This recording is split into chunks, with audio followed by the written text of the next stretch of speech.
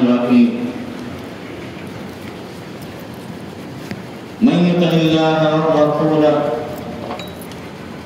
فأولئك مع الذين أنعم الله عليهم من النبيين والصديقين والشهداء والصالحين وحسن أولئك رفيقا. وقال نبينا صلى الله عليه وسلم لا يؤمن أحدكم حتى أكون أحب إليه من والده وولده والناس أجمعين أو كما قال عليه الصلاة والسلام. محترم سامعین کرام، معزز بزرگوں، دوستوں، اس وقت میں نے آپ خدمات میں کلام پاک میں سے ایک آیت شریفہ اور اس کے ساتھ میں ایک حدیث شریف پیش کی ہے.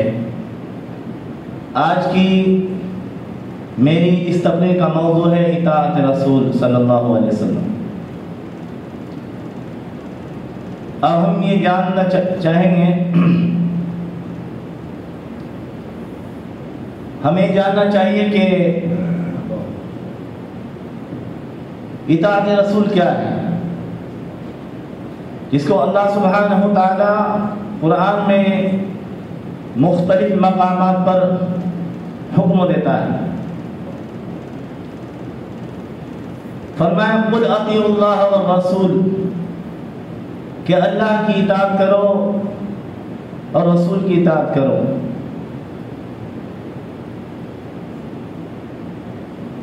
ایک اور جگہ ارشاد فرمایا من یطع الرسول فقد اطاع اللہ. اسی طرح سے بہت سارے مقامات پر اللہ سبحانہ وتعالی نے رسول کی اطاعت کا حکم دیا ہے. اطاعت رسول کا مطلب ہے کہ اللہ اس کے رسول صلی اللہ علیہ وسلم جن کاموں کے کرنے کا حکم دے کہ یہ کام کرو.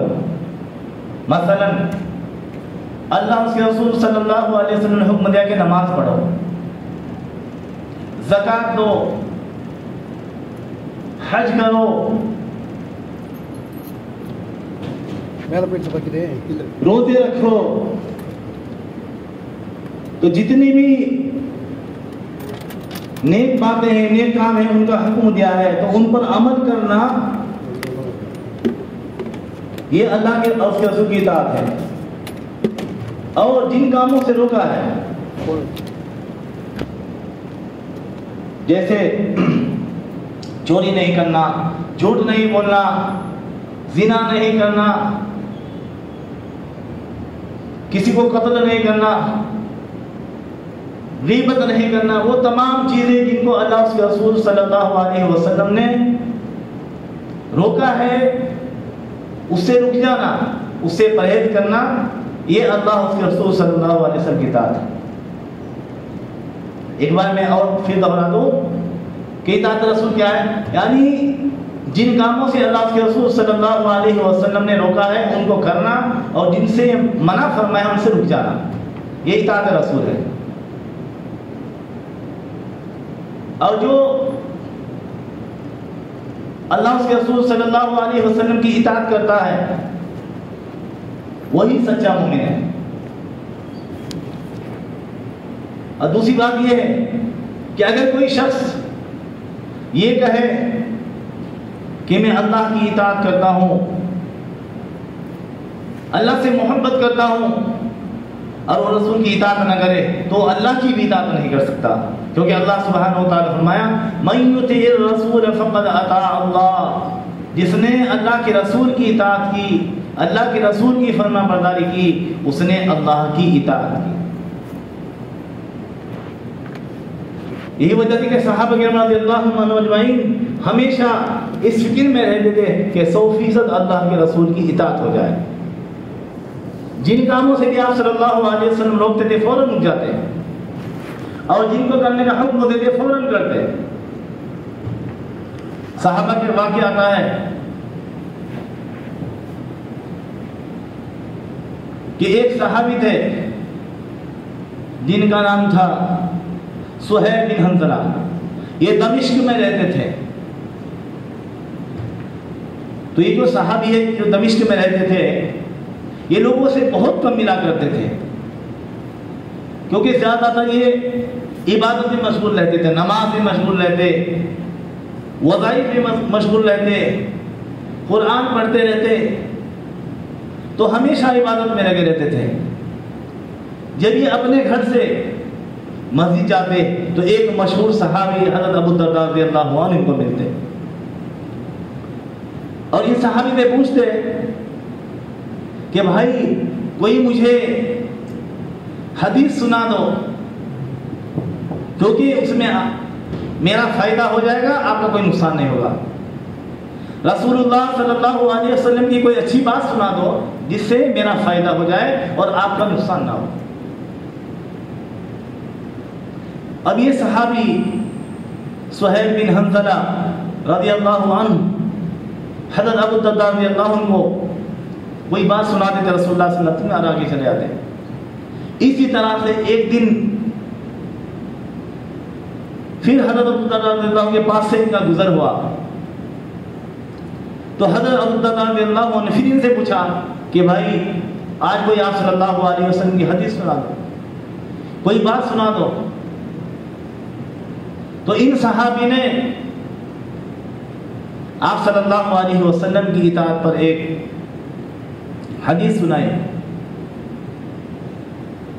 فرمایا کہ ایک مرتبہ کا واقعہ ہے کہ ایک مرتبہ آپ صلی اللہ علیہ وسلم نے صحابہ سے فرمایا کہ میرے صحابہ کہ ایک شخص ہے خریم اسدی، خریم اسدی رضی اللہ عنہ یہ بہت اچھا انسان ہے، اگر وہ دو کام چھوڑ دے، دو کام کرتا ہے، اگر ان کو چھوڑے تو بہت اچھا انسان ہے۔ تو پوچھا وہ کیا؟ تو وہ کام تھے کہ بال بڑے رکھتا ہے، بال بڑے رکھتا ہے اور اپنی لنگی کو ٹخنوں سے نیچے تک پہنتا ہے۔ اگر یہ دو کام چھوڑ دے خریم اسدی تو یہ بہت اچھا انسان ہے۔ تو یہ صحابی فرماتے ہیں حضرت ابو الدرداء رضی اللہ عنہ سے کہ جب خریم اسدی نے سنا تو فوراً اپنے بالوں کو کاٹ لیا، اپنے پورے بال اڑا دیے، اور اس دن سے اپنی لنگی کو ٹخنوں سے اوپر پہننا شروع کر دیا۔ تو فرمایا کہ دیکھو یہ تھا جذبہ اطاعت رسول کا، خریم اسدی نے کس طرح سے آپ صلی اللہ علیہ وسلم کی اطاعت کی۔ تو حضرت ابو الدرداء رضی اللہ عنہ سن کر خوش ہو گیا، فرمایا کہ یہی صحیح رسول کی اطاعت ہے۔ تو غرض محترم بزرگوں دوستوں، صحابہ کرام رضی اللہ عنہم اجمعین کا جذبہ یہ تھا، یہ شوق تھا کہ کسی طرح سے آپ صلی اللہ علیہ وسلم کی اطاعت ہو جائے، چاہے ان کا دنیا میں کتنا ہی نقصان ہو جائے۔ نقصان کی فکر نہیں تھی، اپنے نفع کی فکر نہیں تھی، یہ فکر تھی کہ کسی طرح سے آپ صلی اللہ علیہ وسلم کی اطاعت ہو جائے۔ ایک اور صحابی کا واقعہ آتا ہے کہ ایک مرتبہ آپ صلی اللہ علیہ وسلم ایک انصاری صحابی کے مکان سے گزرے جو بہت اونچا مکان تھا، دیگر صحابہ آپ کے ساتھ میں تھے۔ پوچھا کہ میرے صحابہ یہ بتاؤ مکان کس کا ہے؟ تو صحابہ نے فرمایا کہ رسول اللہ یہ مکان ایک انصاری صحابی کا ہے۔ آپ صلی اللہ علیہ وسلم نے جواب سنا اور خاموش چلے گئے۔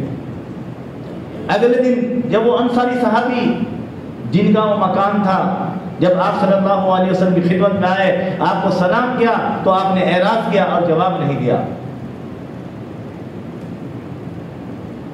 اپنا منہ پھیر لیا۔ پھر یہ صحابی گھوم کر آپ کے سامنے آئے، پھر سلام کیا، پھر آپ نے اعراض کیا اور جواب نہیں دیا۔ تو اس کے بعد یہ انصاری صحابی دوسرے صحابہ سے پوچھتے ہیں کہ بھائی میں نے آپ صلی اللہ علیہ وسلم کو سلام کیا تھا، آپ صلی اللہ علیہ وسلم نے اعراض کیا، جواب نہیں دیا، شاید مجھ سے آپ صلی اللہ علیہ وسلم ناراض ہے۔ تو ان صحابہ نے بتایا کہ کچھ دن پہلے آپ صلی اللہ علیہ وسلم کچھ صحابہ آپ کے مکان سے گزر رہے تھے، تو آپ صلی اللہ علیہ وسلم نے پوچھا تھا کہ یہ مکان کس کا ہے جو اونچا ہے؟ تو صحابہ نے بتایا کہ مکان فلاں شخص یعنی آپ کا ہے. تو یہ صحابی فوراً اپنے گھر تشریف لے گئے اور اس مکان کو زمین دوز کر دیا. کچھ دن کے بعد پھر آپ صلی اللہ علیہ وسلم کا گزر ہوا اور آپ صلی اللہ علیہ وسلم دیکھا کہ وہاں پر مکان نہیں. لیکن یہ صحابی جنہوں نے اپنے مکان کو زمین دوز کر دیا، ان کی ہمت دیکھیے، ان کا ایمان دیکھیے کہ زمین دوز کرنے کے بعد بھی آپ صلی اللہ علیہ وسلم سے اگر نہیں بتایا کہ یا رسول اللہ میں نے اپنا مکان زمین دوز کر دیا ہے، توڑ دیا ہے، میرے سلام کا جواب دیجئے، مجھے آپ ناراض ہے، خوش ہو جائیے، کچھ بھی نہیں فرمایا. جب خود آپ صلی اللہ علیہ وسلم دیکھا تو پھر صحابہ نے فرمایا کہ جو عمارت ہے تعمیر کرنا ایک بہت بڑا بوال ہے، سوائے اس عمارت کے جو ضرورت اور مجبوری کی وجہ سے کی گئی ہو. وہ عمارت جو ضرورت کے مطابق بنے گا، جتنی ضرورت اس کے لیے مکان تعمیر کرنا اور مجبوری سے کرنا یہ جائز ہے سوائے اس کے، ورنہ بلا ضرورت عمارت کا تعمیر کرنا یہ بہت بڑی وبال ہے، بہت بڑی وبال ہے. تو غرض محترم کو دوستو، یہ دیکھیں جذبہ صحابہ کا کہ اپنا مکان زمین دوز کر دیا صرف آپ صلی اللہ علیہ وسلم کی اطاعت کی خاطر. کیونکہ اللہ سبحانہ وتعالیٰ نے جو فرمایا ہے من یطع اللہ والرسول فاولئک مع الذین انعم اللہ علیہم من النبیین والصدیقین والشہداء والصالحین، کہ جو اللہ کے رسول صلی اللہ علیہ وسلم کی اطاعت کرے گا وہ قیامت میں انبیاء کے ساتھ میں ہوگا، صدیقین کے ساتھ ہوگا، شہداء کے ساتھ ہوگا، صالحین کے ساتھ ہوگا، وحسن اولئک رفیقا.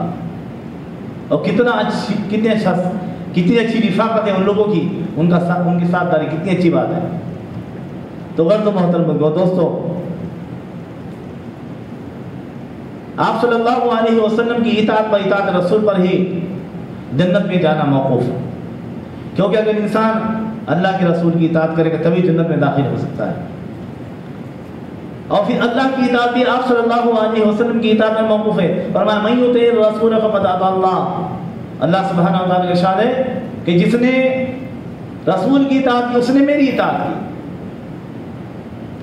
تو غرض جو آیت میں نے پہلے ابھی بیان کی من یطع اللہ والرسول فاولئک مع الذین، کہ جو لوگ اللہ کے رسول صلی اللہ علیہ وسلم کی اطاعت کرتے ہیں وہ قیامت میں یعنی جنت میں انبیاء صدیقین شہداء صالحین کے ساتھ ہوں گے. کیونکہ انبیاء صدیقین شہداء صالحین کہاں ہوں گے؟ جنت میں ہوں گے. لیکن آپ صلی اللہ علیہ وسلم نے فرمایا کل امتی یدخلون الجنۃ الا من ابا. فرمایا کہ میری پوری امت جنت میں جائے گی سوائے اس کے جس نے جنت میں جانے کا انکار کیا. تو صحابہ نے پوچھا کہ یا رسول اللہ کیا کوئی جنت میں جانے کا انکار کر سکتا ہے؟ تو آپ صلی اللہ علیہ وسلم فرمایا کہ ہاں جنت میں جانے کا انکار کر سکتا ہے. تو صحابہ نے پوچھا وہ کیسے؟ آپ صلی اللہ علیہ وسلم فرمایا کہ جس نے میری اطاعت کی اسے جنت کا سودا کر لیا، وہ جنت میں داخل ہوگا، اور جس نے میری اطاعت نہیں کی اس نے جنت میں جانے کا انکار کیا کہ مجھے جنت نہیں چاہیے. تو آپ صلی اللہ علیہ وسلم کی اطاعت جنت کا سودا ہے، یعنی انسان جنت میں جانے کی تیاری کرتا ہے، اور آپ کی نافرمانی جنت میں جانے کا انکار ہے. یہ حدیث سے یہ بات واضح ہو کر ہمارے سامنے آتی ہے. تو اگر وہ مومن وہ مسلمان تو اپنے رسول کی اطاعت کرتا ہے، اگر وہ 100% اپنے رسول کی اطاعت کرتا ہے انشاءاللہ تعالی وہ انبیاء صدیقین شہداء صالحین کے ساتھ جنت میں ہو. اور جنت کے بارے میں تو اللہ سبحانہ و تعالیٰ نے خوشخبری سنا دی کہ جنت وہ مقام ہے، وہ جگہ ہے وَلَكُمْ فِيهَا مَا تَشْتَهِي أَنفُسُكُمْ، کہ انسان کا جو بھی دل چاہے گا، جس چیز کا بھی دل چاہے گا وہ اس کو ملے گا، جس چیز کا بھی دل چاہے گا. وَفَاكِهَةٍ مِّمَّا يَتَخَيَّرُونَ، انسان کو پسندیدہ میوے ملیں گے، جو اس کو پسند ہے وہ میوے ملیں گے. وَلَحْمِ طَيْرٍ مِّمَّا يَشْتَهُونَ، اور اڑتے جانور کا گوشت ملے گا، جس طرح کا گوشت وہ چاہے گا، وَلَحْمِ طَيِّبٍ مِّمَّا يَشْتَهُ، اس طرح کا گوشت اس کو جنت میں ملے گا۔ اور مکان کے بارے میں وَمَسَاكِنَ طَيِّبَةٍ، پاکیزہ مکان جس کی اینٹیں سونے چاندی کی ہوگی، لباس وَلِبَاسُهُمْ فِيهَا حَرِيرٌ، ریشمی لباس، وَحُورٌ عِينٌ، خوبصورت بڑی بڑی آنکھوں والی حوریں۔ آج انسان دنیا میں کس چیز کے لیے بھاگ دوڑ کرتا ہے؟ تین چیزوں کے لیے، روٹی، کپڑا، مکان۔ روٹی کے لیے تو روٹی کے لیے اللہ فرمایا وَلَحْمِ طَيِّبٍ مِّمَّا يَشْتَهُونَ، کہ اڑتے جانور کا پسندیدہ گوشت، اور مکان پاکیزہ مکان جس کی اینٹیں سونے چاندی کی ہوگی، اور کپڑے کا وَلِبَاسٌ فِيهَا حَرِيرٌ، ریشمی لباس ملے گا۔ وَحُورٌ عِينٌ، اور جنت میں بڑی آنکھوں والی حوریں ملیں گی۔ تو یہ خوشخبری کن کے لیے ہے؟ یہ خوشخبری ان لوگوں کے لیے ہے جو اپنے رسول کی اطاعت کرتے ہیں۔ اللہ سبحانہ وتعالیٰ فرماتا ہے وَمَا آتَاكُمُ الرَّسُولُ فَخُذُوهُ وَمَا نَهَاكُمْ عَنْهُ فَانْتَهُوا، کہ جو تمہارا رسول تم کو دے اس کو لے لو، یعنی جس چیز کا آپ صلی اللہ علیہ وسلم حکم کرے اس پر عمل کرو، وَمَا نَهَاكُمْ عَنْهُ فَانْتَهُوا، اور جس سے روکے، جس سے منع کرے اس سے رک جاؤ، اس کو مت لو۔ تو یہی اللہ کے رسول کی اطاعت ہے۔ صرف زبان سے کہنا کہ میں مسلمان ہوں، میں آپ صلی اللہ علیہ وسلم سے محبت کرتا ہوں، یہ اطاعت نہیں ہے۔ اطاعت ہے اس کو پریکٹیکل کر کے دکھانا۔ نماز پڑھنے کا حکم دیا، نماز پڑھنا، روزہ رکھنا، زکوٰۃ دینا، جتنے بھی دین کے کام ہیں ان تمام کو کرنا جن کا اللہ کے رسول نے کرنے کا حکم دیا ہے، اور جن تمام کاموں سے روکا ہے ان تمام کاموں سے رک جانا ہے، یہی اللہ کے رسول کی اطاعت ہے۔ تو دعا ہے کہ اللہ سبحانہ و تعالیٰ مجھے آپ کو کائنات کے تمام مسلمانوں کو اللہ اور اس کے رسول صلی اللہ علیہ وسلم کی 100% اتباع کرنے والا بنائے، اطاعت کرنے والا بنائے، اور کہنے سننے سے زیادہ ہم سب کو نیک عمل کرنے کی توفیق عطا فرمائے۔ آمین آمین، وآخر دعوانا الحمدللہ رب العالمین۔